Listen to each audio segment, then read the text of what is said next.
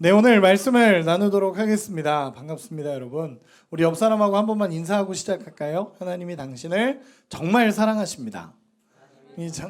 정말 사랑하십니다. 벌써 눈이 풀리면 안 돼요. 앞을 보세요. 벌써 눈이 풀려 있으면 안 됩니다. 네, 앞을 보세요. 네, 감사합니다. 우리 도연이가 기도해 준 것처럼 세상은 오늘을 할로윈이라고 얘기를 하지만 사실 오늘은 종교개혁 기념주일이면서 동시에 종교개혁일입니다. 이 종교개혁이라는 건 뭐였냐면 로마 교황청부터 시작했던 그 많은 천주교의 그런 부패와 어려움들을 이겨내고 정말 다시 믿음으로 돌아가자, 다시 복음으로 돌아가자, 다시 하나님께 영광 돌리는 우리 교회가 되자, 오직 믿음이다 라고 하면서 하나님 앞에 돌아가고자 하는 운동을 벌인 날이 오늘입니다. 그리고 기념하는 날입니다.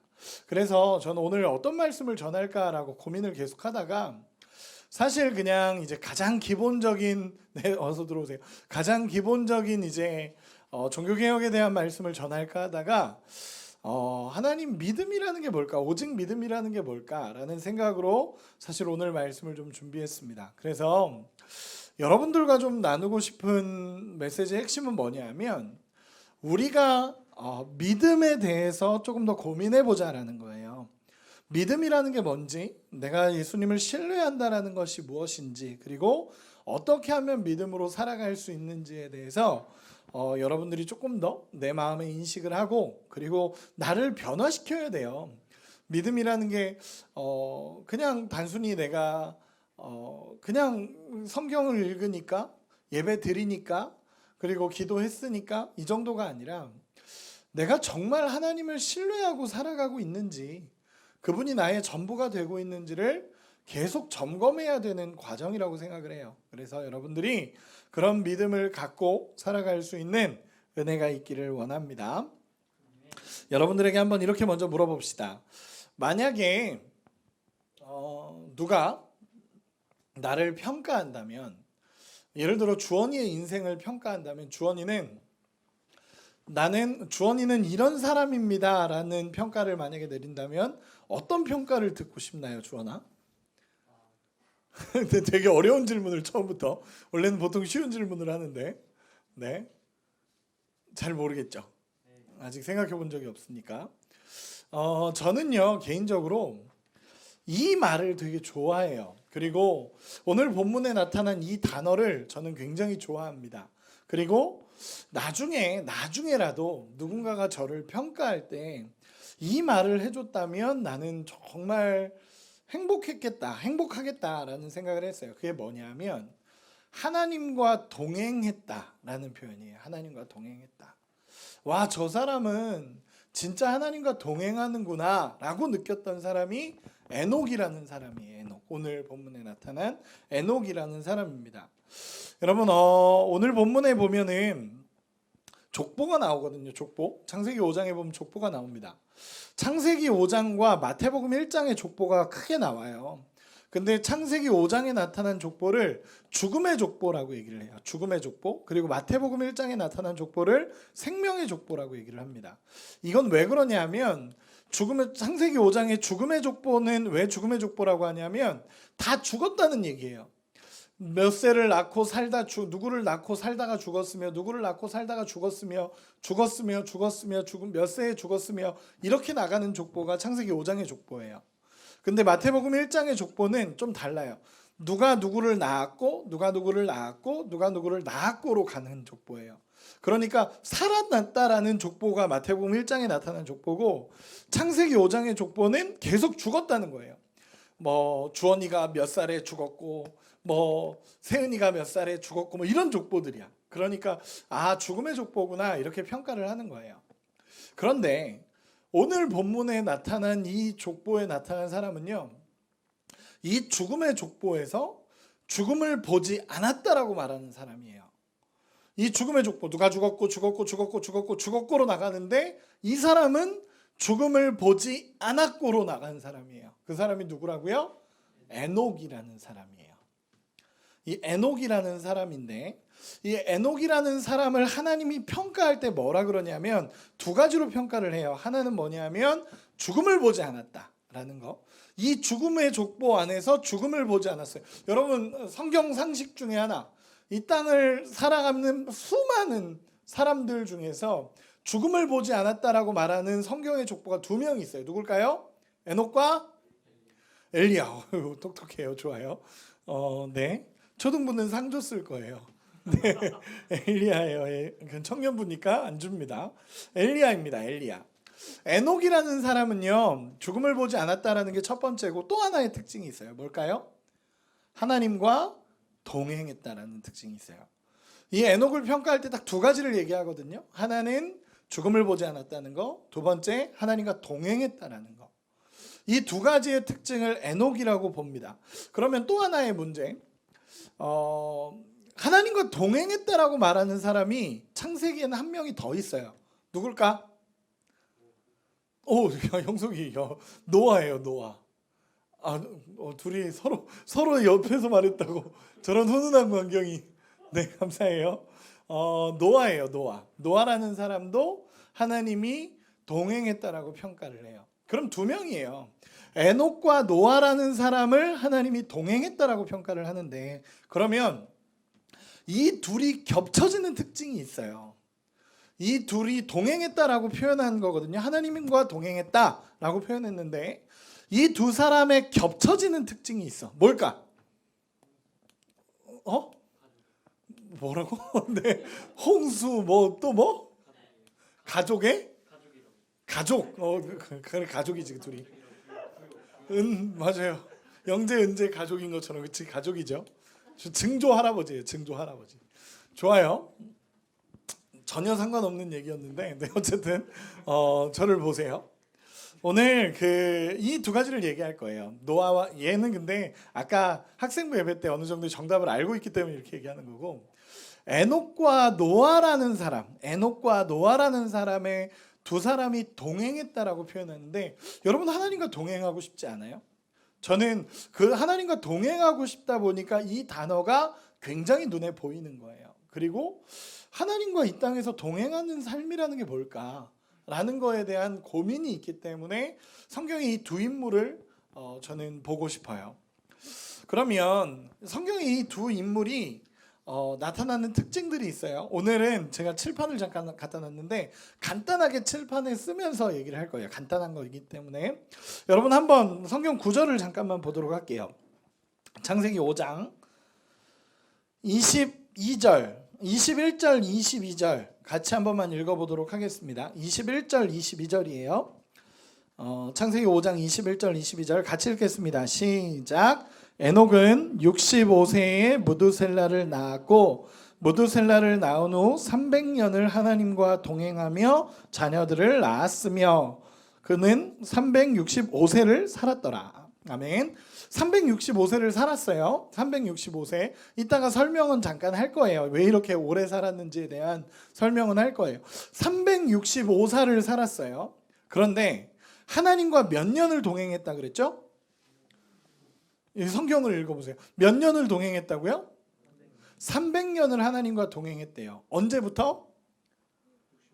65세. 65세 때 무슨 일이 일어났는데? 무두셀라를 낳았어요. 제가 지금 계속 이렇게 질문을 해간 거예요. 잘 보세요. 무두셀라 살아가다가 65살에 무두셀라를 낳았어. 근데 그 이후로 300년을 동행했어요. 이 얘기에 주는 메시지가 있어요. 여러분 중요한 메시지예요. 전 성경을 읽으면서 참 이런 게 재밌어요. 그냥 동행했다라는 표현이 아니라 무두셀라를 낳고부터 동행했대.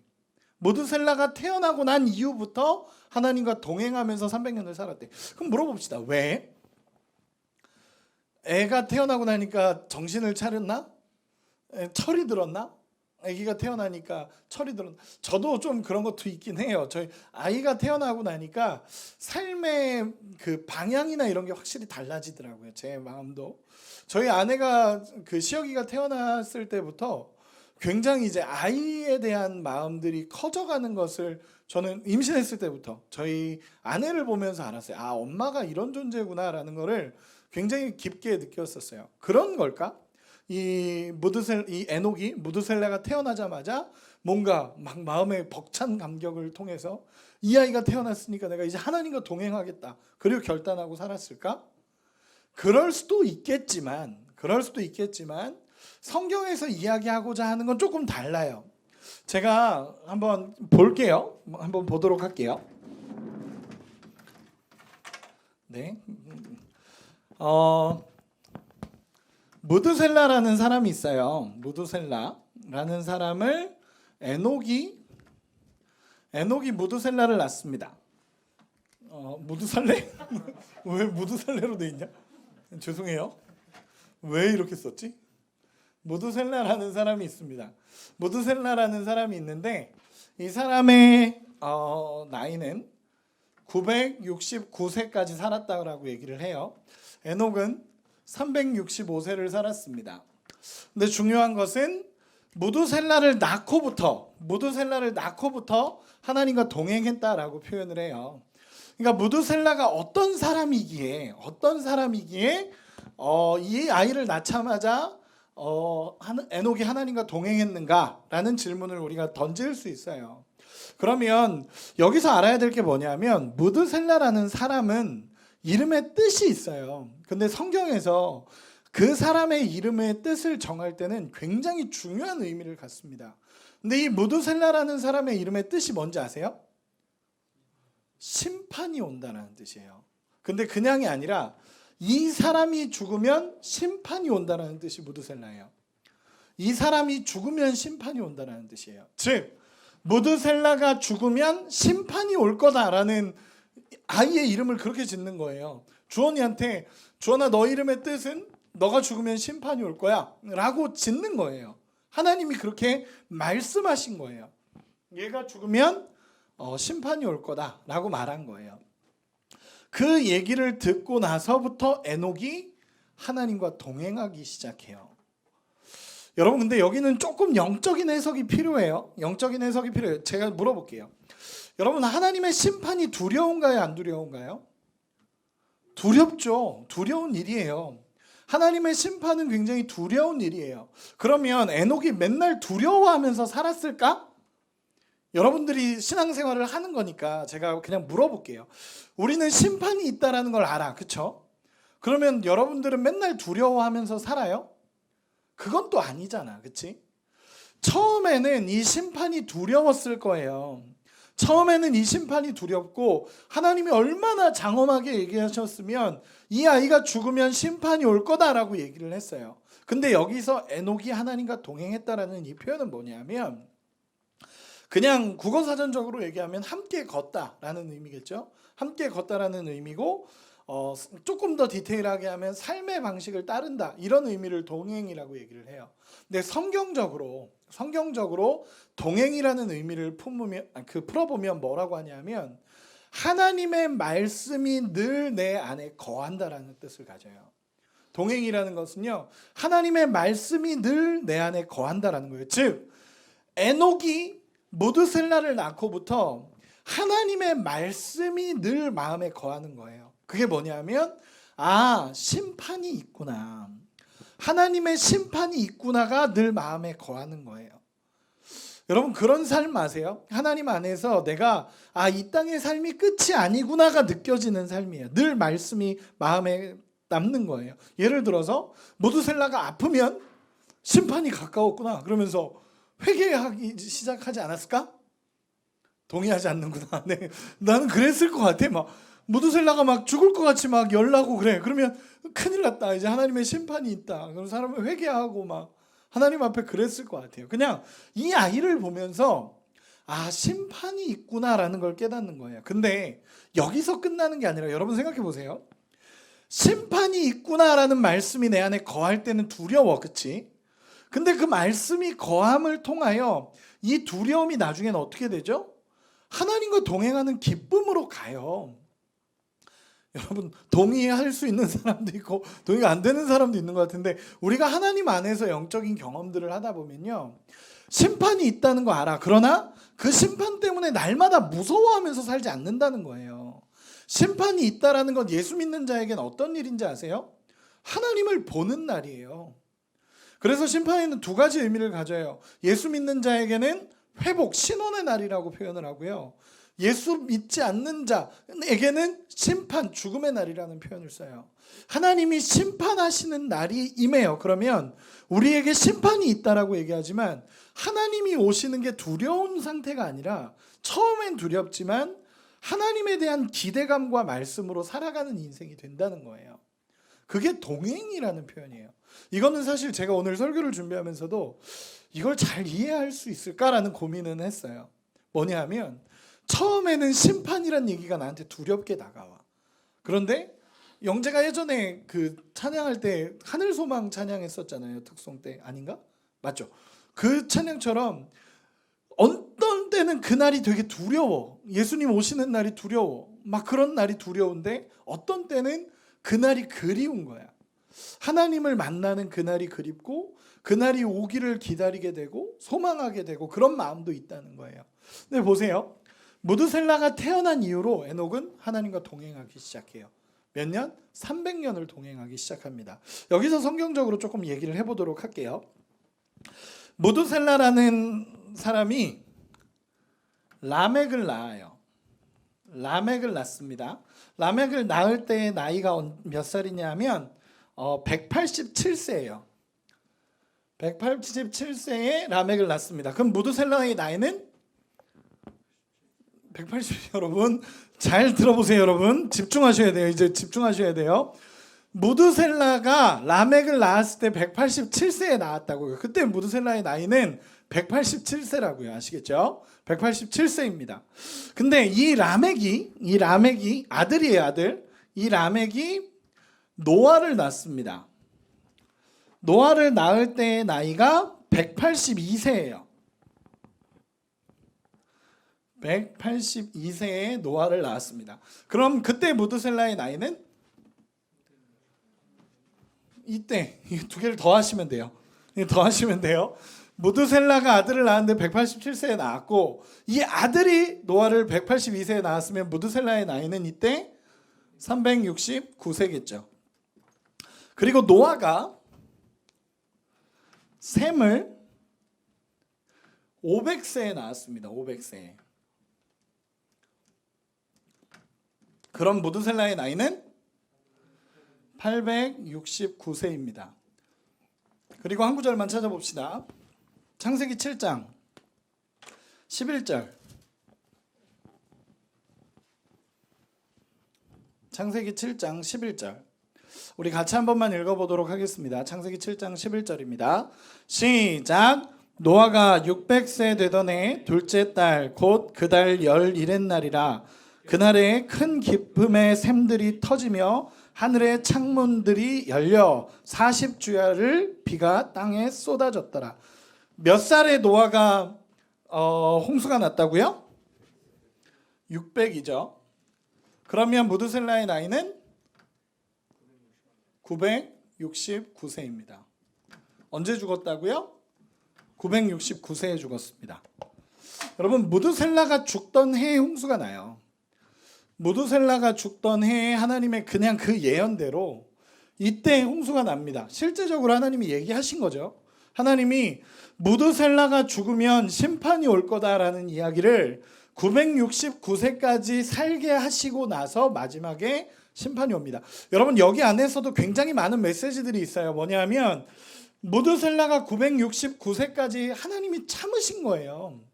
하나님이 끝까지 그를 참으신 거예요. 인간들을 보시면서 참으신 거예요. 나중에 보면 뭐 이런 과정들이 있어요. 제가 나중에 설명할 때가 있을지 모르겠는데 하나님께서 이 과정 안에서 무드셀라가 969세가 될 때까지 하나님 기다리신 거예요. 끝까지 유예기간으로 참으신 거예요. 그리고 나서 무드셀라가 죽는 그 해에 노아의 심판이 일어납니다. 여러분 철저한 하나님의 심판이라는 거예요. 하나님의 섭리 안에서 이루어진 노아 홍수라는 거를 지금 설명한 겁니다. 그럼 물어봅시다.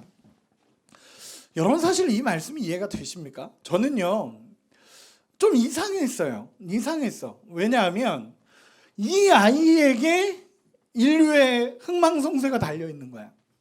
이 아이에게. 사람들은 이 아이를 보고 있었을 거예요. 제가 무드셀라가 아픈가? 그러면서 막 엄청 고민하면서 살았을 거예요. 라멕이 그랬지. 우리 아버지가 돌아가시면 심판이 온대. 그래서 아버지를 공경했을 거예요. 근데 아버지가 되게 오래 사시는 거야. 나중에 라멕보다 오래 사셔요. 그래서 라멕이 먼저 죽어요. 나중에는 먼저 죽고. 그리고 노아가 이제 할아버지가 죽으면 심판이 오는구나 라는 걸 알면서 살아가요. 할아버지가 죽으면 심판이 온다라는 것을 듣고 살아갔다라는 걸 의미합니다.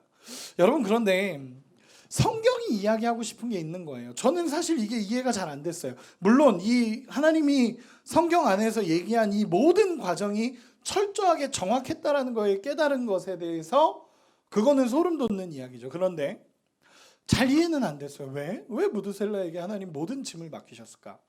제일 편하게 산 사람이 누굴까 여기서? 무드셀라겠죠. 나는 상관없으니까. 내가 죽으면 심판이 오겠지. 자기는 제일 편하게 살았을 것 같아. 그냥 내가 죽으면 심판이 온다니까 나는 뭐 상관없이 살았겠죠. 다른 사람이 긴장하면서 살았겠지. 근데 그럴 것 같아요. 근데 왜 하나님이 이런 걸 이렇게 맡기셨을까라는 생각을 해봤어요. 그런데 결론이 뭐냐? 모르겠다예요. 저는 제 결론은 모르겠다. 하나님의 섭리가 있겠지 라는 것으로 결론이 났어요. 물론 제가 나중에 좀 더 연구하다가 이게 깨달아진다면 나중에 잘 설명해 볼게요. 그런데 지금까지의 저의 결론은 잘 모르겠다예요. 왜 한 사람에게 하나님 모든 걸 맡기셨을까? 이 사람이 죽으면 이라는 전제를 하나님 거셨을까? 잘 모르겠어요. 그런데 하나 이해되는 건 뭐였냐면 그런 와중에도 이 말씀을 믿고 살아간 사람들이 있어요. 이렇게 딱 얘기하고 나니까 하나님의 말씀을 내 안에 두고 살아갔던 사람들이 있어요. 누구죠? 에녹이고, 이 사람들도 마찬가지지만 성경의 대표적인 인물이 이 사람이에요. 노아. 에녹과 노아는 심판을 기다리면서 살았어요. 그리고 심판이 있다라는 걸 알고 준비했어요. 하나님이 어느 날 노아에게 나타나시죠. 하나님이 어느 날 노아에게 나타나셔서 하나님이 얘기하시는 거예요. 노아야, 내가 이 땅에 심판을 내릴 거다. 노아는 알고 있어요. 들어왔던 얘기거든요. 할아버지 때부터 계속적으로 들어왔던 얘기예요. 내가 심판을 내릴 거다. 예, 주님, 말씀하십시오. 내가 심판을 내릴 건데 너는 방주를 만들어라. 여러분, 아라랏산 그 산에서 만들어요. 아라랏산 아니죠. 산에서 만들어요. 산에서 만드는데 여러분 생각해 보세요. 산에 배를 만들고 있는 거예요. 산에 배를. 이해가 돼요? 사람이 얼마나 놀렸을까? 쟤 미쳤다. 실제로 막 영화 같은 데 보면 나오잖아요. 쟤 미쳤다고. 저 사람 뭐 하는 거냐고 막 얘기하잖아요. 근데 최근에 결과들이 나오는 게 몇 가지가 있는데 이거는 실제 과학에서 발표한 거예요. 창조과학에서 얘기한 게 아니라 나사에서 발표한 거예요. 이게 뭐냐면 창세기에서 말한 그대로 모형을 만들어 봤대요. 창세기에서 말한 그대로의 모형. 그래서 창조가 어떻게 이루어졌고 어떤 물질과 어떻게 됐는지를 조그맣게 해가지고 그걸 모형을 만들어 본 거예요. 뭐냐면 창세기에서 얘기하잖아요. 하나는 지구가 있고 땅 아래 물이 있고 땅 위에 물이 있다고. 그렇게 해서 세팅을 해봤다는 거죠. 근데 세팅을 해봤더니 놀라운 일이 벌어졌어요. 세 가지의 놀라운 일이 벌어졌다라고 표현해요. 첫 번째는 뭐냐? 온도가 일정하게 유지되기 시작했대요. 온도가. 그냥 단순하게 그 물층을, 그러니까 지금의 지구와 옛날에 하나님이 창조하셨던 지구가 달랐다는 거예요. 왜냐하면 창조하셨을 때의 지구는 땅 위의 물과 땅 아래 물로 나눴어요. 땅 아래 물은 바다고 땅 위의 물은 지구를 둘러싸고 있는 물층이 있었다는 거예요. 이걸 하나님이 그렇게 창조하셨다 그래가지고 이걸 그대로 모형으로 만들어 봤더니 첫 번째, 온도가 유지됐대요. 지구 전체의 온도가 유지됐다는 거예요. 왜냐하면 수막이 둘러싸여 있으니까 그 안에서 온도를 거르는 거예요. 태양이 아무리 쬐도 그 물이 거르는 거예요. 그래서 이 땅의 온도가 18도에서 20도 사이로 계속 유지가 됐다는 거죠. 살기 제일 좋은 땅으로 유지가 됐다는 거예요. 그리고 또 하나, 인간의 수명이 급격히 늘어날 수 있는 가능성이 보였대요. 왜냐하면 모든 밖에서 들어오는 잘못된 에너지, 안 좋은 에너지를 수막이 차단했다는 거예요. 실제로 노아의 홍수가 벌어진 이후에 인간의 수명은 100살 이하로 급격하게 줄어듭니다. 100살대로 급격하게 줄어듭니다. 지금의 연령처럼 쭉 줄어듭니다. 그리고 나서 마지막 세 번째 그게 뭐냐면 그동안에 비가 내린 적이 없다는 거예요. 비가. 그 온도가 일정하게 유지되고 그 기후변화가 크지 않기 때문에 비가 아예 내리질 않았다는 거예요. 그럼 그 얘기는 뭐냐면 노아 시대 이전 사람들은 비라는 걸 본 적도 없다는 거예요. 비라는 걸 본 적이 없다는 거예요. 여러분, 저는요, 이거 창조과학에서 얘기한 거 아니에요. 나사에서 얘기한 거예요. 예전에 그 책에서 발표를 했었어요. 그래서 이거에 대한 책이 있어요. 제가 그걸 보면서 어떤 생각을 했냐면, 그러면 뭐냐면 노아 시대 사람은 비를 본 적이 없는 거예요. 노아가 가가지고 사람들한테 하늘에서 비가 내릴 거예요, 하늘에서 물이 떨어져 내릴 거예요 라고 얘기하면 본 적이 없거든요. 지금까지 살아오면서 1, 2년 살았냐고, 막 300년 막 이렇게 살았는데 지금까지 물이 떨어지는 건 단 한 번도 본 적이 없는 사람들인 거예요.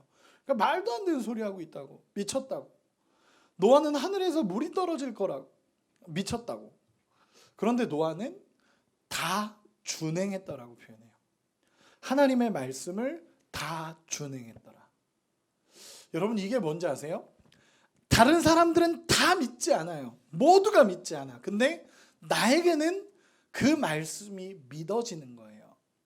나에게는 그 말씀이 내 마음에 거하는 거예요. 제가 아까 동행이라고 얘기했죠. 동행이 뭐라 그랬죠? 하나님의 말씀이 늘 내 마음에 거하는 상태. 하나님의 말씀이 늘 내 마음에 거해서 말씀이 계속적으로 생각나는 상태를 이야기하고 있는 거예요. 내가 이쪽으로 가도 하나님의 말씀이 떠오르는 거예요. 이쪽으로 가서 내가 예를 들어서 거짓말을 딱 하려고 하는데 내가 뭐 영재를 속이려고 딱 하는 순간에 내 말씀이, 이 사람을 속이지 말라는 하나님의 음성이 내 말씀 안에 있는 거예요.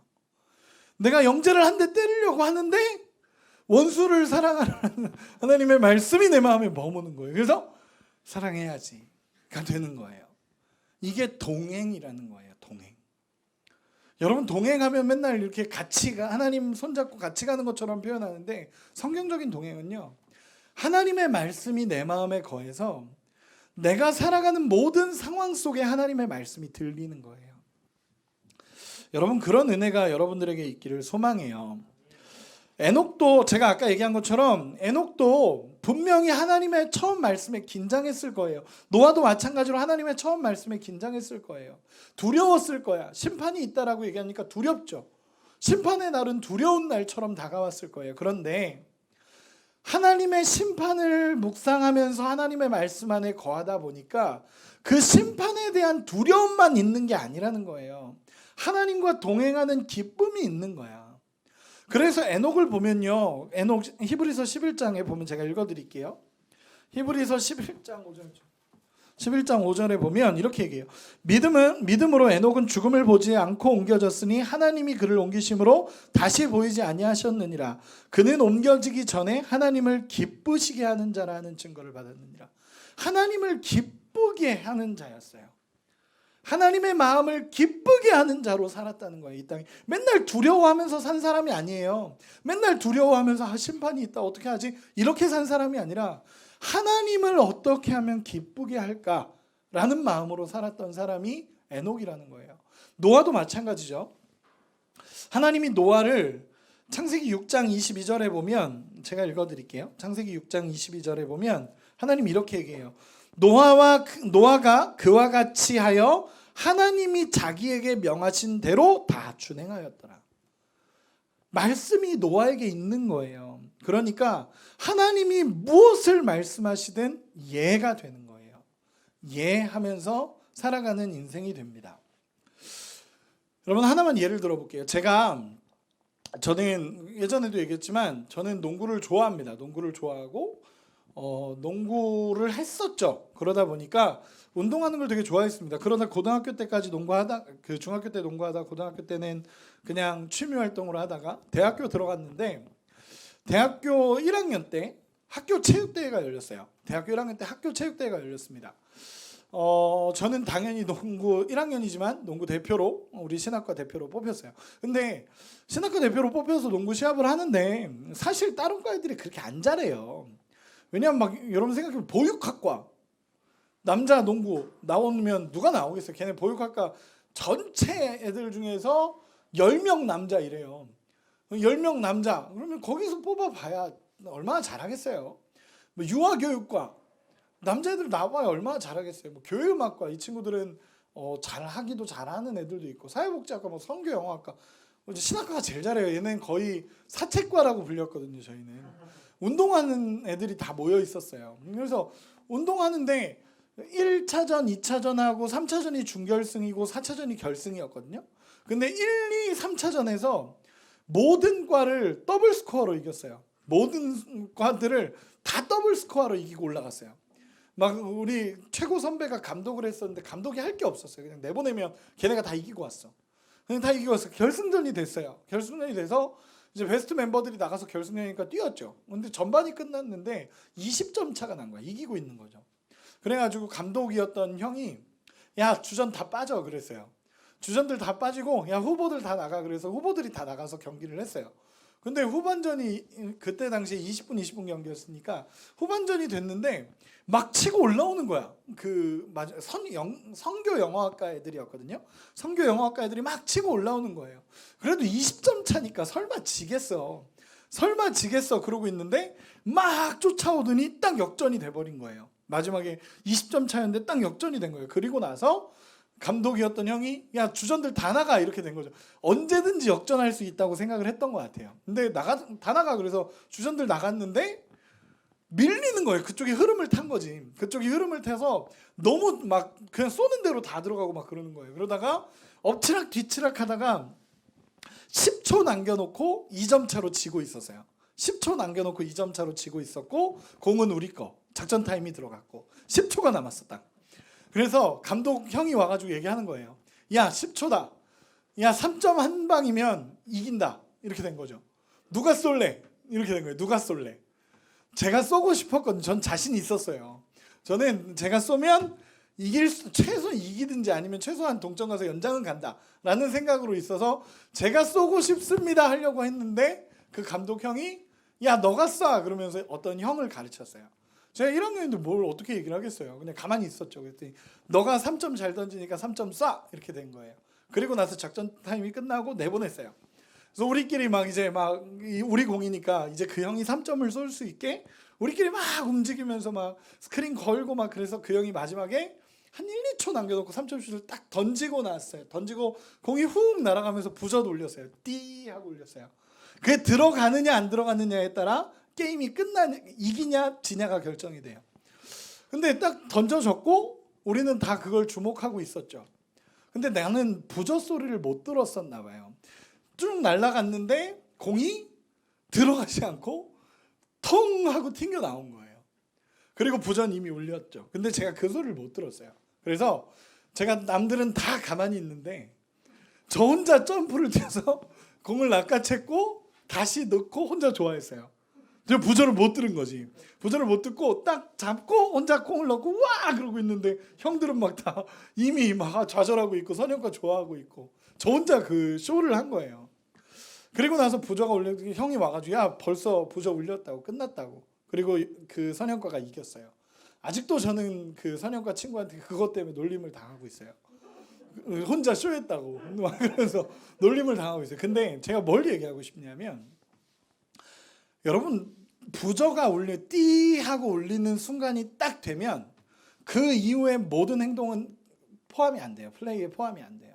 부저가 딱 울리는 순간 내가 아무리 잘해도 상관없어요. 부저가 울렸기 때문에 경기는 끝난 거예요. 여러분 인생도 마찬가지인 것 같아요. 아직 하나님의 부저는 울리지 않았어요. 그렇죠? 우리의 인생의 끝이 있대. 인생의 끝이 있고 하나님의 심판날이 있대. 요한계시록에 보면 예수께서 오시는 날이 있어요. 근데 그날 아무리 내가 얘기하더라도 내가 아무리 뭘 하더라도 하나님의 심판대가 오면 정지예요. 그러면 끝난 거야. 그 이후의 삶은 내가 할 수 있는 게 없는 거예요. 여러분 아직 하나님의 부저는 울리지 않았어요. 그러면 지금은 플레이해야 될 때예요. 뛰어야 할 때예요. 하나님 앞에 달려가야 될 때고요. 내가 달리고 있는 경기를 최선을 다해서 싸워가야 될 선한 싸움을 해야 할 때예요. 에녹이 그렇게 살았을 것 같아요.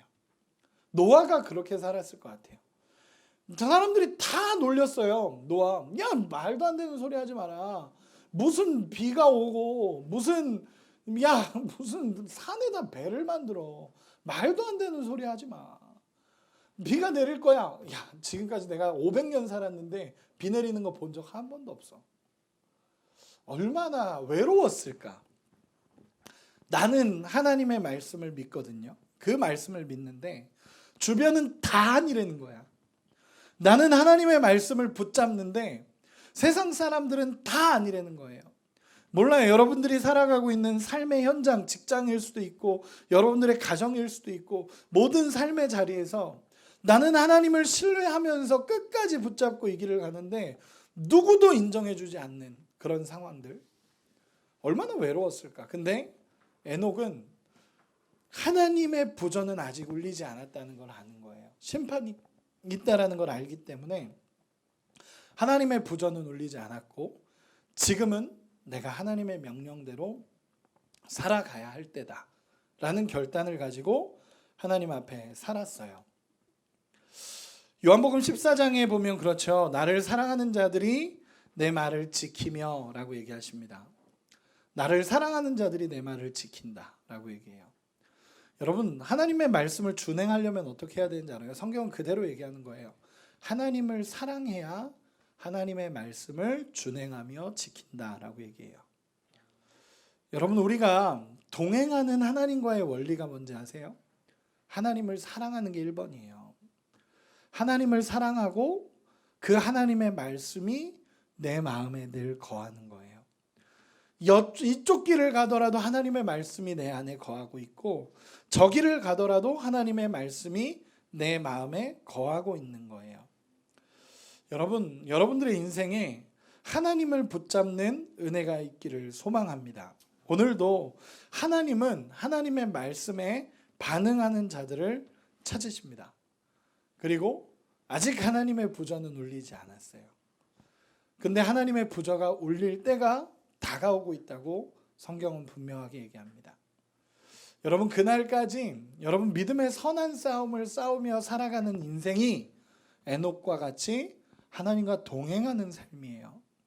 이 땅이 끝이 있다는 것 알고 하나님 나라 바라보면서 하나님의 말씀 붙잡고 살아가는 인생이 우리의 인생이 되어야 합니다. 여러분 늘 얘기하잖아요.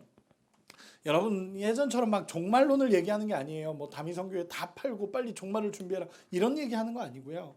여러분 삶의 자리에서 최선을 다해 믿음으로 살아가는 게 동행하는 삶이에요. 여러분들이 살아가고 있는 현장에서 믿음 잃고 싶지 않아서 하나님 붙잡고 살아가는 인생이 동행하는 인생이에요. 어디를 가도 하나님의 말씀이 떠오르고 매일 말씀을 따라 살아가는 사람이 동행하는 삶이에요. 최근에 고등학교 한 친구가 저한테 질문을 했어요. 어떤 질문을 했냐면 저한테 이렇게 질문하는 거예요. 목사님, 카톡으로 목사님, 제가 힘들 때는 하나님을 잘 의지하면서 살았는데 걔가 힘든 상황을 겪었던 걸 제가 알거든요. 제가 힘들 때는 하나님을 잘 의지하면서 살았는데 그 힘든 문제가 해결되고 나니까 제가 기도를 더 안 하고 하나님과 멀어진 것 같아요. 어떻게 해야 될까요? 참 고등학교 학생다운 순수한 질문임과 동시에 굉장히 뼈 때리는 질문 아닌가요?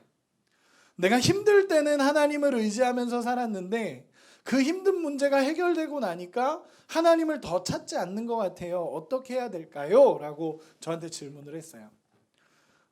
주원아, 너라면 이 문제에 어떻게 대답을 해주겠니? 오늘은 질문이 조금 더 어렵다. 힘들었을 때처럼 그걸 기억하고 그렇게 지금 그 주원이가 굉장히 중요한 얘기를 했어요. 기억이라는 단어를 얘기했어요. 첫사랑을 회복하는 첫 번째 신앙의 원리가 기억하라예요. 근데 제가 이 말을 받고 그냥 제가 하나를 더 얘기하자면 그 친구한테 그렇게 얘기했어요. 하나님과 함께하는 습관을 만들라 그랬어요. 이 얘기는 뭐냐면 힘들 때건 좋을 때건 상관없이 너의 시간을 정하고 하나님을 만나는 연습을 하라고. 힘들 때 안 힘들 때 상관없이 늘 말씀 안에 거하기 위해서 너 큐티하고 그리고 너가 시간을 정해놓고 기도해 보라고. 그러면 하나님이 일하신다고. 힘들 때도 그 시간을 찾고 힘들지 않아도 그 시간을 찾으라고. 그러면 하나님이 너의 삶에 역사하는 게 달라질 거라고. 근데 그 친구가 목사님 해결책을 찾았네요 라고 얘기를 하길래 쉽지 않다 그랬어요. 쉽지 않다. 쉽지 않다 라고 썼어요. 제가 개인적으로 이제 우리 형석이나 도현이나 이런 친구들 저희 리더들에서 그 날마다 큐티를 하거든요. 근데 특히 형석이 같은 애들은 늘 그 시간에 올라와요. 큐티 내용이 늘 그 시간에 딱딱 올라와요. 얘가 안 올라올 때 뭔가 이상한 날이야. 그래서 제가 찾아가서 그때 얘가 하루 안 올린 거예요. 그래서 야, 너 왜 안 올렸어? 그랬더니 목사님이 큐티 본문을 안 주셨잖아요. 그러는 거예요. 그래서 맞다, 내가 안 줬구나 라고 느꼈어요. 나보다 더 철저한 녀석이에요. 그래서 야, 쟤는 이상한 애다 막 제 개인적으로는 그런 생각을 하고 있어요. 근데 진짜로 그 시간을 통해 하나님 말씀하시는 거예요. 저는 노아와 에녹의 삶이 어땠을까라고 생각을 해보면, 동행한다는 게 뭘까라고 생각을 해보면 늘 하나님의 말씀이 내 안에 거하고 있는 거예요. 내가 그 시간에는 무슨 일이 있어도 하나님 자리에 있고, 내가 그 안에서는 어떤 상황 속에서도 하나님을 붙잡고 살아가는 인생이 돼가고 있는 거예요. 그게 저는 동행이라고 생각합니다. 여러분, 신앙생활은 좀 단순해야 돼요. 신앙생활은 좀 무식해야 돼요. 저는 개인적으로는 저는 막 이해 안 되는 건 못해요. 저 개인적으로는 이해 안 되면 잘 못하는 사람이에요. 그래서 공부를 하잖아요. 저 지금도 하고 있고. 그러다 보니까 논리가 안 맞으면 저는 잘 못해요. 그래서 여러분들 설교하는 것도 아실 거예요. 저는 설교에서 믿어 임마 이렇게 안 해요. 그냥 이거인데 너 믿어볼래? 이렇게 가지. 한 성경이 정말 진리라면 쭉쭉쭉쭉쭉 이해돼서 설명할 수 있을 거라고 확신하고 해요. 그런데 하나님이 저에게 말씀하시는 거에 있어서는 무식해야 된다고 생각해요. 이게 뭐냐면, 신앙은 단순해요. 진명아, 이거 할래? 예. 그걸 따지고 들어가다 보면 하나님이 이걸 진짜 원하실까부터 시작해가지고 결국에는 안 해요. 이건 하나님의 뜻이 아니야 라고 결론이 날 때도 있고, 결국엔 이건 하나님 뜻이 아니야 라고 결론이 돼서 하나님 말씀하셔도 듣지 않는 경우도 너무너무 많더라고요. 저를 돌아보니까. 신앙은 좀 무식해야 되는 것 같아요. 하나님 말씀하시면 예 하는 거예요. 하나님 진명아, 내가 너한테 이걸 원해. 예 하는 거예요. 내가 힘들어도 어려워도 밤새 울고 고민해도 아침에 일어나서 순종하는 게 믿음이에요. 저는 요즘에 믿음을 그렇게 배워가요. 그렇게 생각해 가요. 너무 하기 싫어도 하나님 말씀하셨으면 고민하더라도, 밤새 울면서 싫어서 고민하더라도 하나님 하겠습니다라고 결론이 나는 게 순종인 것 같아요. 아브라함을 생각해 봤어요. 아브라함이 하나님이 어느 날 갑자기 이삭을 바쳐라 라고 얘기했는데, 성경에는 굉장히 단순하게 기록이 되어 있어요. 하나님이 아브라함에게 나타나셨고 이삭을 바쳐라고 얘기했다. 다음 날 아침에 일찍이 일어나 아브라함이 이삭을 데리고. 근데 나는 그 안에 있는 말이 생각하고 싶은 거예요. 얼마나 고민했을까? 얼마나 아팠을까? 하나밖에 없는 아들을 바치라는. 성경은 하나, 둘, 셋으로 끝났어요. 1스텝, 2스텝, 3스텝으로 끝났어. 근데 그 1스텝을 걷기 위해, 2스텝을 걷기 위해 하나님 앞에 얼마나 고민했을까요? 그런데 결론은 난 갑니다가 결론이 나는 거예요. 하나님의 방식을 때로는 이해하지 못할 때도 있죠. 그런데 한 가지는 있어요. 뭐냐면, 하나님은 신실하시고, 하나님은 나를 사랑하시고, 하나님은 내 인생 가지고 장난치지 않아요. 하나님 내 인생 가지고 장난치지 않아요. 우리 집에도 필요에 따르라면, 예를 들어서 난 하나님 앞에 필요 없는 존재 같아요 라고 하는 사람들을 때로는 만난 적이 있어요.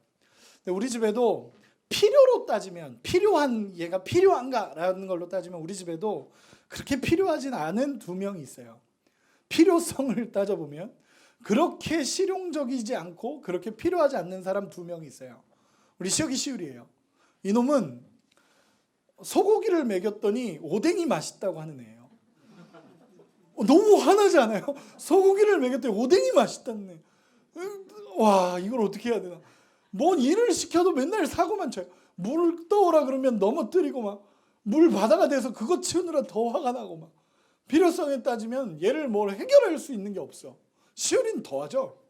근데 이 아이들이 없으면 안 돼. 이 아이들이 없으면 안 돼요. 필요가 아니라 내 자녀라는 거예요. 하나님도 그렇지 않을까? 여러분 인생 가지고 하나님 장난치지 않아요.